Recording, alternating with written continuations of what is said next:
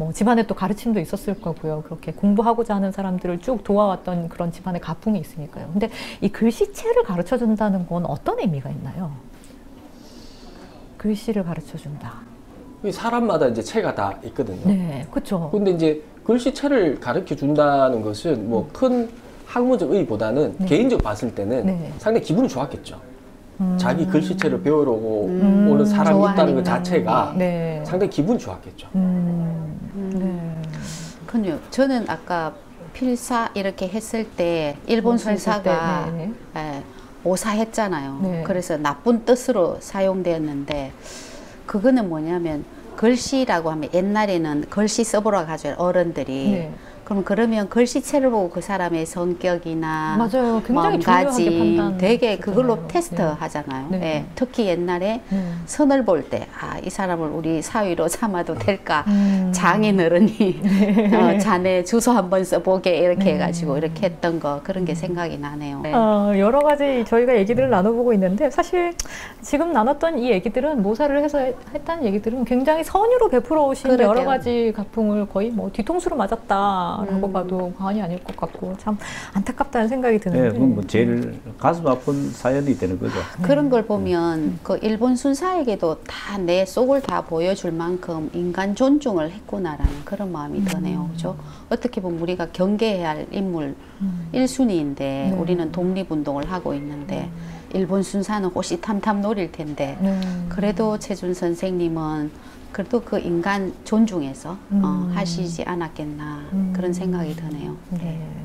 또 여러 가지로 곁에 두고 보면 조금 정보라든지 위험한 상황들을 좀 분간하실 수도 있었을 것 같고요. 나름 일본 경찰서장이 잘 속였는 거죠. 뭐. 네. 너무 악랄했다라고 밖에 말할 수 없을 것 같아요. 네. 너무 안타까운 이야기 나눠봤습니다. 근데 사실 이런 일까지 겪으면 이제까지 해왔던 일들, 베풀었던 일들 이런 것들에 어떻게 보면 좀 회의가 될 수도 있을 것 같아요. 근데 최고자 측은 그럼에도 불구하고 그 이후에도 그렇고 그 이전에도 굉장히 좀 많은 돈을 독립운동에 사용을 하셨잖아요. 사실 다른 양반들처럼 사실 뭐 나라가 어떻게 될지 모르고 한 치 앞이 지금 어두운 상황에서 그렇게 모아둔 많은 돈을 독립운동에 쓰기란 쉽지 않으셨을 것 같은데 그 이유가 뭘까요? 근본적으로 이제 최부잣집 그러면 1대부터 12대라 그러지 않습니까? 네. 그러면 1대 되는 분이 우리 중시조 되시는데 네. 그분이 그 의병을 하셨거든요. 네. 임진왜란 때 의병을 하셨고 네. 나름대로 이때도 보면은 우리 할아버지가 하신 게 보면 그 시절에 보십시오. 그 선비로서 그 전쟁에 나가셔가지고 의병을 한다는 거. 네. 그리고 우리나라도 보면은 조선시대 대체적으로 나라 어려울 때 선비 가만히 있지는 않거든요. 그럼요. 다 의병으로 나서셨죠. 의병이 거의 다 선비들이 교합을 해가지고 하지 않습니까? 네. 그렇게 하고 그 다음에 임진왜란 시기는 이때는 의병들이 보면 선비고 재력이 있어야 합니다. 나름대로. 그래야 교합을 해가지고 전투 뭐 어떤 양식을 해도 총칼, 그저 칼도 사고 총은 없지만 네. 그런 준비를 할 거 아닙니까?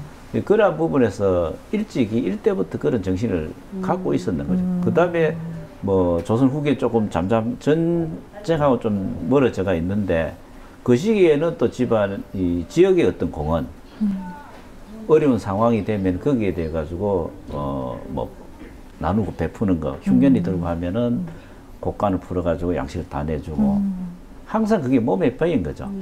그런 정신이 아닌가 그렇게 생각합니다. 옳다고 생각하는 것 을을 위해서 내가 가진 것을 내놓을 수 있고 또 그것에 대해서 더 정진하고 나아갈 수 있는 그런 정신이라고 봐도 되지 않을까. 그러니까 그래서 이제 이 선비 정신을 철저하게 실천한.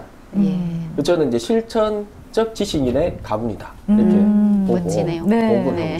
네, 아주 그래서 적합한 이제 표현인 그 것 같습니다. 정신들이 이제 일제 감정기 전에 우리나라가 힘들 때 이제 그렇게 나타난 거죠. 그런 정신들이 이제 충의 마음이 이제 그렇게 이제 나타난.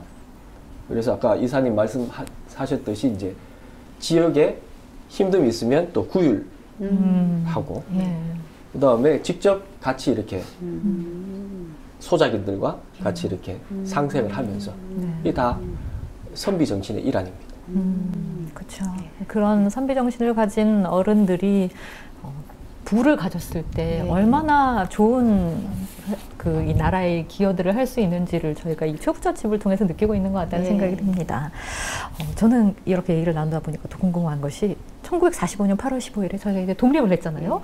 딱 그 독립했을 때 선대 어른들은 어떠셨을지 궁금해집니다. 그다음 모든 사람이 다 그러면 우리나라의 그 백성들은 다 좋았겠죠. 네. 네. 해방되면 해방되고 또 뭐 여러 가지 물란하게 이제 혼란스러운 시기도 이제 있지만은 해방되자마자 바로 혼란 시기가 오지 않습니까? 그렇죠. 남북이 네. 갈려되고 맞아요. 그다음에 뭐 좌우익이 걸리고 이런 부분에서 최부잣집은 그런 거 저는 생각 안 했는 것 같아요. 문파선생은. 예. 그런 것보다는 오히려 우리 민족이 먼저다 해서 저는 민족주의자라고 생각하거든요. 좌우익이 네. 넘어서 가지고 우리 민족이 일제 강점을 겪은 거는 이제 근대식 교육. 일본이 그래도 우리보다 근대 문물이 빨리 들어갔잖아요. 네. 그 문파 선생님 그런 부분들을 아시니까 근대식 교육을 제대로 못 받아서 그렇다. 그래서 전 재산을 다른 분들은 부자들이 해방되고 보면 산업화 자본을 많이 바꿔요. 네. 재산가들이 보면은 지금의 역사에 있는 우리나라의 뭐 그룹들 있지 않습니까? 네. 삼성이든 LG든 뭐 GS든 이런 분들이 원래 좀 부자였습니다. 그 사람들은 지금 다들 그 산업화 자본으로 다 넘어갔잖아요. 네. 그렇게 해서 부가 더 커졌는데 최부잣집은 원래 그 집들보다 더 부자였죠. 그렇죠. 더 부자였는데 그 재산을 나라가 어려운 걸 겪은 거는 교육이 안 됐다. 그래서 이미 독립운동 한다 해가지고 하신다고 전 재산을 내놨는 입장에 맞아요. 거의 다 쓰셨잖아요. 네. 다시 돌아온 돈 이게 무슨 그 마음먹은 거니까 다시 다 돌아오지도 못했던 걸로 저는 들었는데. 그렇죠. 아까 말씀드린 경매가 막 되고 또 막 팔려요. 네. 그 과정에 이제 남은 게 해방되니까 일본은행에 담보했던 게 이제 한 3분의 1 정도가 돌아왔답니다. 재산에. 원래 있던 재산에. 예, 예. 네. 3분의 1 돌아왔는 걸 이제 다시 학교를 설립해서 학교 경영하는데 전 재산 다 내놓으시거든요. 네.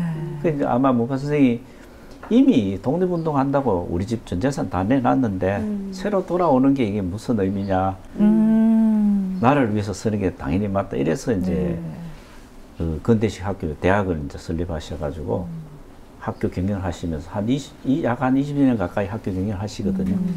그러면서 전 재산이 이제 지금은 학교들이 보면 국가에서 많은 걸 그 지원을 하지 않습니까? 그렇죠. 네. 그 시절에는 국가가 지원할 수 있는 여건도 안 됐고, 그 다음에 이제 최부잣집 같은 경우는 그 우리나라 정부 수립 이전에 학교를 만들어요. 그만큼 빨리 만듭니다. 네. 정부 수립이 되기 전에 이미 학교를 만들어가지고 전 재산으로 기여를 하시는 거죠. 이것 또한 선비 정신이라고 할 수 있을 것 같아요. 그렇죠. 선비 정신이 기본 유학이잖아요. 유학. 네. 유자는 선비 유자잖아요. 다 네. 아시다시피. 네.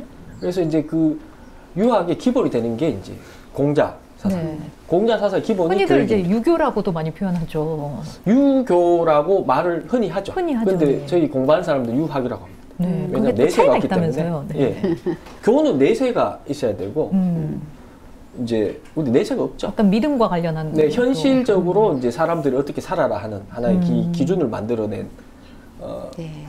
사상이기 때문에 네. 그리고 그 안에 교육이 들어가 있습니다. 첫 번째가 하기 시습이면 불명제로 하지 않습니까? 네. 그때 교육입니다. 교육. 네. 그러니까 사람은 태어나면 배워야 된다는 가르침이 가장 큰 가르침이거든요. 그래서 이제 이 최부잣집도 그런 정신을 바로 이어받아서 실천하지 않았나, 그 정신. 그래서 이제 구대 진사 또 했거든요. 네. 그래서 진사가 되려면 그 공부는 가장 기본적으로 어릴 때부터 이렇게 공부해왔기 때문에 그 정신을 체득해서 행동하고 우리 한국 K 정신 네. 그다음에 최고자 K 정신 좋네요. 네. 최고자 K 정신은 정신. 곧 예. K 정신이다는 것을 이제 좀 더 체계적이고 논리적으로 만들어 봐야 되겠죠. 네. 저도 여기에 조금 동의하는 바인데요. 예, 저는 이제 심리 상담을 하다 보니까 남녀노소 다양한 사람을 만나거든요. 특히 아동 청소년을 만나 보면 정말 왜 인성교육 되게 하는데 어디서 어떻게 하지? 인성교육을? 그건 정말 어려서 부모에게서 보고 듣고 배우고 이렇게 해야 되는데 정말 지금 K문화가 뜨고 있을 때 어떤 외형적인 또 어떻게 보면 시각적인 부분이 있었다면 정신적인 데는 K 정신이 정말 이 채부잣집의 정신이 아닌가 이걸 좀 많이 알렸으면 좋겠어요. 부모님이나 또 선생님들, 교사들도 참 힘드시거든요. 맞아요. 요즘 학생들 너무나 개성이 뛰어나고 다양해서 하기 힘듭니다. 그래서 제가 그런 고충을 많이 듣고 있는데 그리고 또 지도자층에 있는 분들 조금 더 관심을 가지면 우리 이 사회가 뭐 학폭 많이 요즘에 회자되고 있잖아요. 저도 거기 가서 불려가서 좀 중재하는 역할을 해보고 있는데 정말 뭐가 뭔지 애들이 몰라서 그래요. 몰라서. 그리고 요즘 젊은 학부형들도 잘 몰라요. 그래서 결국은 우리가 학교 교육에서 이런 정신문화가 빠져 있는 것 같아요. 예. 유학하면 공자님 이렇게 하니까 조금 뭐야 이렇게 할 수 있지만 예. 네.